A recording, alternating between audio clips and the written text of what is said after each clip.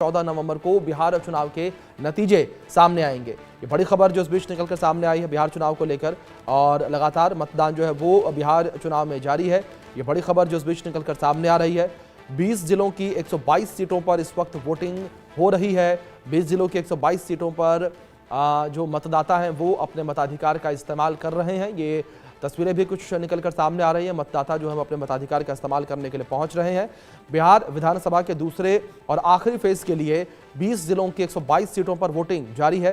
किशनगंज समेत 5 जिलों में 6 बूथों पर ईवीएम को लेकर भी अपडेट जो है कुछ निकलकर सामने आई थी, लेकिन इस बीच लगातार मतदान जो है वो जारी है और 1302 उम्मीदवारों की किस्मत ईवीएम में कैद होगी। लगातार जो है मतदान जारी है। 122 सीटों पर इस वक्त वोटिंग हो रही है।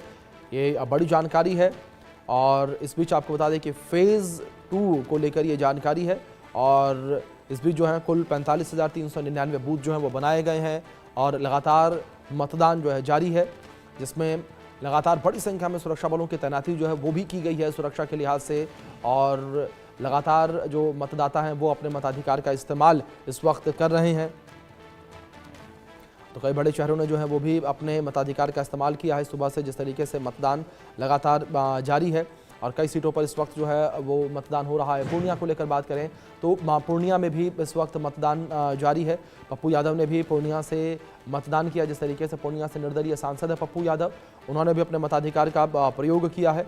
तो आज दूसरा चरण बिहार में और 14 नवंबर को नतीजे सामने आएंगे। दूसरी ओर सुपौल को लेकर बात करें तो सुपौल में भी इस वक्त मतदान जारी है और बीजेपी नेता शहनवाज हुसैन ने अपने परिवार के साथ जो है सुपौल में मतदान किया, मतदान केंद्र पर पहुंचकर। तो लगातार अपडेट्स ये निकलकर सामने आ रही हैं। भागलपुर में भी इस वक्त चुनाव जारी है। बेतिया को लेकर बात करें, बेतिया में भी इस वक्त मतदान जारी है। शिवहर में जो है इस वक्त मतदान जारी है। गयाजी में भी इस वक्त मतदान जारी है। तो ये बड़ी अपडेट जो इस बीच निकलकर सामने आ रही है। किशनगंज में भी इस वक्त मतदान जारी है। तो लगातार तमाम सीटों को लेकर बात करें, तमाम क्षेत्रों को लेकर बात करें तो वहाँ पर मतदान जारी है और बड़ी संख्या में मतदाता जो हैं वो अपने घरों से निकल रहे हैं, अपने मताधिकार का प्रयोग कर रहे हैं। 122 विधानसभा सीटों पर इस वक्त वोटिंग जो है वो जारी है और लगातार जो है मतदाता अपने मताधिकार का प्रयोग कर रहे हैं। और जो उम्मीदवार चुनावी मैदान में उतरे हैं उनकी किस्मत जो है वो ईवीएम में कैद हो रही है। दूसरी ओर चुनाव आयोग जो है वो भी लोगों से लगातार अपील कर रहा है कि लोग अपने घर से बाहर निकलें, अपने मताधिकार का इस्तेमाल करें। और तस्वीरें लगातार जो हैं वो आपको दिखा रहे हैं कि किस तरीके से आप लगातार मतदान जो है वो जारी है। औरंगाबाद को लेकर बात करें, पूर्णिया को लेकर बात करें, हर जगह पर इस वक्त मतदाता जो हैं वो निकलते हुए नज़र आ रहे हैं। ये बड़ी जानकारी जो इस बीच निकलकर सामने आ रही है। तो लगातार मतदान जो है वो जारी है। 302 उम्मीदवार इस वक्त चुनावी मैदान में हैं और लगातार मतदान जो है वो जारी है। इस बीच हमारे साथ पॉलिटिकल एक्सपर्ट राहुल लाल जी जुड़े हैं। राहुल लाल जी, पहले तो बहुत स्वागत है आपका नए न्यूज़ पर। और राहुल लाल जी, पहला सवाल मेरा आपसे यहाँ पर यही रहेगा, पहला फेज हो चुका है जिसको लेकर कई दावे किए गए और अब दूसरे फेज की लड़ाई 122 विधानसभा सीटों पर जो है मतदान हो रहा है। किस तरीके से जो ये तस्वीरें निकलकर सामने आ रही हैं, रुझान जो इस वक्त देखने को मिल रहे हैं तस्वीरों के माध्यम से, उसे देख रहे हैं आप? नहीं, देखिए, द्वितीय चरण काफ़ी महत्वपूर्ण है। यहीं से तय हो जाएगी कि बिहार के राजनीति में महागठबंधन को आगे जाना है या फिर एनडीए अलायंस को आगे जाना है। क्योंकि जो अलग अलग क्षेत्र है, अगर हम लोग देखें कि जैसे पटना जो आसपास का क्षेत्र है, शाहाबाद का क्षेत्र, उसमें पिछले बार के चुनाव में भारतीय जनता पार्टी ने एनडीए गठबंधन को बहुत ज़बरदस्त सफलता हासिल हुई थी। वहाँ पे महागठबंधन को काफ़ी ज़बरदस्त सफलता हासिल हुई थी। लेकिन इस बार स्थितियाँ कुछ बदली हुई नज़र आ रही हैं। उनके लिए काफ़ी चुनौती है कि वो उस महागठबंधन उसी चीज़ को वहाँ पे परफॉर्मेंस कर दे। वो वहाँ पे कहीं न कहीं थोड़ा लूज करते हुए दिखाई दे रही है। लेकिन अगर हम लोग देखें चंपारण के हिस्से में, चंपारण में से जो है कि 24 में से 17 सीटें हम लोगों ने देखा एनडीए जो है कि पिछले 2020 के चुनाव में जीती थी। लेकिन इस बार वो गढ़ भी जो है कि थोड़ा सा वहाँ पे भी, जैसे मैंने कहा कि शाहाबाद के क्षेत्र में महागठबंधन जो है वो नुकसान की स्थिति में है, उसी तरह से चंपारण के क्षेत्र में जो है वहाँ पे एनडीए कहीं न कहीं नुकसान में जाते हुए दिख रहा है। तो अलग अलग क्षेत्रों के बिल्कुल जो है ना हम लोग देख रहे हैं कि बिल्कुल टेस्ट अलग है, अलग अलग स्थितियाँ नज़र आ रही हैं। अब सोचिए कि जब हम लोग सीमांचल क्षेत्र की बात करते हैं तो सीमांचल क्षेत्र ने 2020 के चुनाव में पूरे देश को चौंका दिया था। जो ओवैसी के 5 जो है कि विधायक जीते थे और कम से कम 15 सीटों पे एनडीए को नुकसान वहां पे सॉरी महागठबंधन को नुकसान हुआ था 2020 में, और 24 सीटों में से एनडीए 12 सीटों पे आगे बढ़ गई थी। लेकिन इस बार वहां पे भी देखना पड़ेगा कि ओवैसी फैक्टर कितने ज्यादा है। जनसुराज ने भी जो है कि मुस्लिम प्रत्याशी खड़ा किए हैं।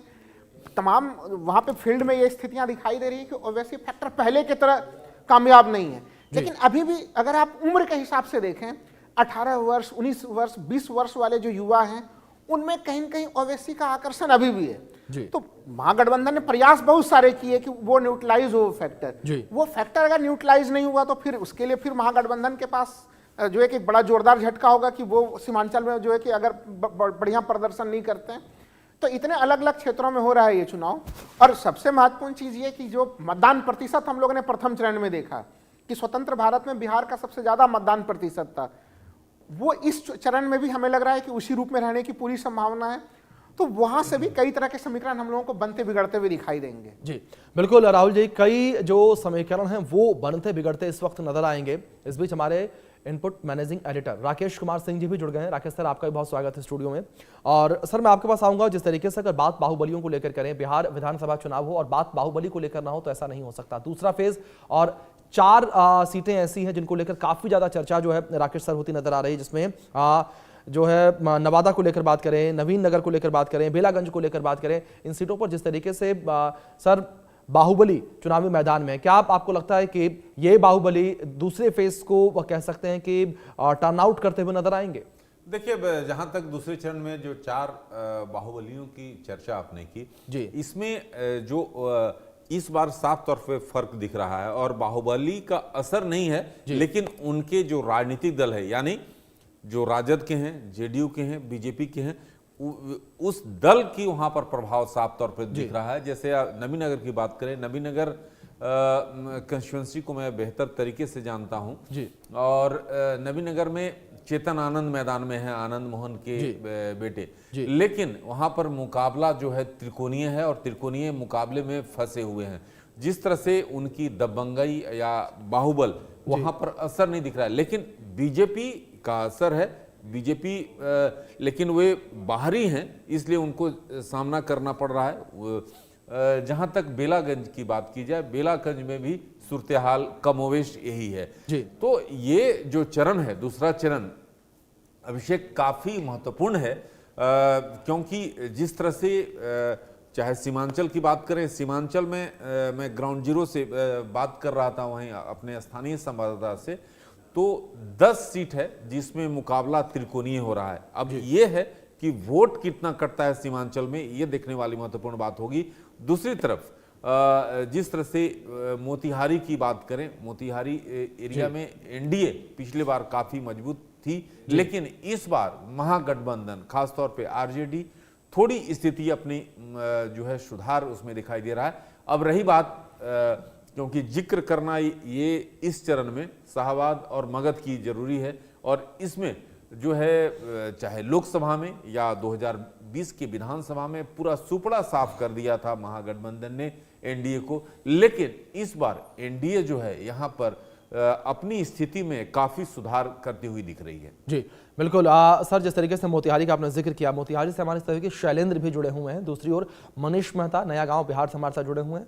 सबसे पहले शैलेंद्र, मैं आपका रुख करूंगा। मोतिहारी को लेकर बात करें, जिस तरीके से सर ने जिक्र किया कि पिछली बार एनडीए वहां मजबूत नजर आ रही थी और इस बार जो है महागठबंधन बढ़त हासिल करती नजर आ रही है, क्या तस्वीरें शैलेंद्र आप देख पा रहे हैं ग्राउंड जीरो पर? देखिए, नरकटिया विधानसभा है और बंजरिया ये प्रखंड है और राजकीय प्राथमिक विद्यालय पचरुखा है, और यहाँ पर लाइन देखिए आप, लाइन ही पूरी तस्वीर यानी पूरी कहानी कहती है कि किस तरह से महिलाओं की एक तरफ लाइन है, एक तरफ पुरुषों की लाइन है, और यहाँ वोटिंग का काम जो है वो चल रहा है। और साफ तौर पे जिस तरह से राकेश सर ने कहा कि चीज़ें जो है बदली हैं, यानी चुनाव दर चुनाव चीज़ें बदलती हैं, तो वैसी स्थिति कुछ देखने को मिल रही है। गाँव का, हम शहर में थे इससे पहले, शहर के बूथ में इतनी भीड़ नहीं थी, लेकिन गाँव का बूथ देखिए, गांव में किस तरह से चाहे महिलाएं हों चाहे पुरुष हों, और यहाँ पर एक तरह से कह सकते हैं बिल्कुल। शैलेंद्र, जिस तरीके से आप जानकारियां देते हुए आप एक बार ये प्रयास करें कि अगर वहां पर जो लोग मौजूद हैं, बड़ी संख्या में महिलाएं भी मौजूद है, अगर वो कैमरे पर कुछ कह पाए। बिल्कुल बिल्कुल, हम बात करते हैं। आप यहीं पास के गांव की हैं? यहीं की हैं? अच्छा, तो वोट देने आई हैं, गांव में सुविधा बढ़ी कि नहीं? बढ़ती है। है सुविधा ठीक है? ठीक है। अच्छा, आप लोग भी यहीं के हैं? अच्छा, कम लोग बात करना चाहते हैं। आप यहीं गांव से हैं? जी। अच्छा, गांव में कुछ सुविधा है कि नहीं है, कुछ फायदा हो रहा है कि नहीं, क्या? जी है। जी। अच्छा, तो ये महिलाएं हैं यहाँ पर, और ये देखिए यहाँ पर बड़ी संख्या में लोग सलेम जी, आप लोग इसी क्षेत्र के रहने वाले हैं? हाँ, इसी क्षेत्र का है। पहले सुविधा थी कि अभी सुविधा कुछ कम है? अभी सुविधा में कमी है, कुछ कमी है। अच्छा, तो आप लोग क्या सोचते हैं? अभी सुविधा जो चल रहा है सही चल रहा है। सही चल रहा हाँ, सही चल रहा है। ठीक है, ठीक है। अच्छा, आपका क्या मत है? विकास कहाँ सुविधा बढ़ा है? सुविधा नहीं बढ़ा है।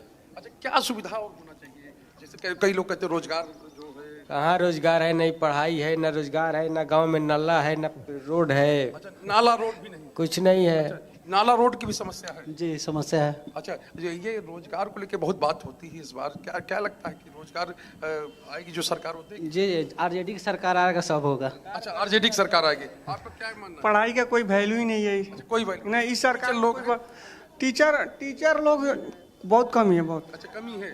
टीचर्स हैं आपके यहाँ बच्चे पढ़ने जाते हैं, हैं उसमें? जी हाँ, ठीक है, सुविधा है? सुविधा है जी। आपको लगता है सुविधा है? नहीं, सुविधा है बहुत कमजोरी। कम है। अच्छा, सुविधा आपको लगती है? कम सुविधा है। कम सुविधा है। कम सुविधा है। बेरोजगारी बड़ा मुद्दा है। संविदा कर्मी हैं जो वार्ड सचिव हैं, उनको बहाली करना चाहिए। सरकार को ये सब मुद्दा उठाना चाहिए। जो बच्चे हैं, स्टूडेंट हैं, उसको भी रोजगार चाहिए। रोजगार चाहिए, बच्चों को रोजगार चाहिए। आप लोग रोजगार मिला कि नहीं? नहीं मिला सर। तो कहाँ बाहर जाना पड़ता है? जी सर, बाहर जाना पड़ता है। कहाँ जाते हैं? केरला रहते हैं सर। अच्छा, तो आप तमिलनाडु कमाएगी, ये सब का राज्य में कहाँ होगा? अच्छा, राज्य में कुछ नहीं होगा। तो ये आपको लगता है कि बिहार में कुछ बदलाव हो रहा है कि? बदलाव नहीं है, कोई बदलाव? कुछ बदलाव वैसे ही है, वैसा ही बा। 5 किलो राशन से कुछ हो जाएगा? वही तो कुछ इसीलिए तो राशन वो चावल जाने का भाव का मालूम ना खाई। अच्छा, वो मतलब अच्छा नहीं होता? महाराज चावल तो मालूम ना खाता। अच्छा, कोई नहीं खाता। आप लोग गांव में रहते हैं कि बाहर? बाहर आते हैं हम लोग। अच्छा, बाहर। तो बाहर जाना पड़ा काम के लिए? हाँ, तमिलनाडु। अच्छा, आपको लगता है कि यहाँ अगर सरकार अच्छी हो जाए तो काम मिल सकता है? मिल सकता है, अच्छा है वो तो मिल सकता है। अच्छा हो तो मिल सकता है। आप लोग कुछ काम करते हैं कि बाहर आते हैं? बाहर रहते हैं। अच्छा, क्या मुद्दा है इस बार? अब देखिए किसको पड़ रहा है।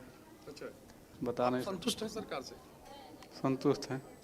बिल्कुल शैलेंद्र, अगर बात मूलभूत सुविधाओं को लेकर करें तो मूलभूत सुविधाओं से लेकर रोजगार, शिक्षा का जो मुद्दा है वो यहाँ पर उठता नजर आ रहा है। जिस तरीके से वोटर्स जो हैं वो भी यहाँ जिक्र करते नजर आ रहे हैं, जिसमें हम साफ तौर पर सुन सकते हैं। नया गांव बिहार से हमारे सहयोगी मनीष भी लगातार जुड़े हुए, उनका रुख भी करूंगा मैं। मनीष, मैं आपका रुख करूंगा। अगर बात नया गांव को लेकर करें, वहां पर क्या कुछ जो मुद्दे हैं लोगों के बीच वो नजर आए हैं, और किन मुद्दों के आधार पर लोग अपने घरों से निकले हैं अब मतदान करने के लिए?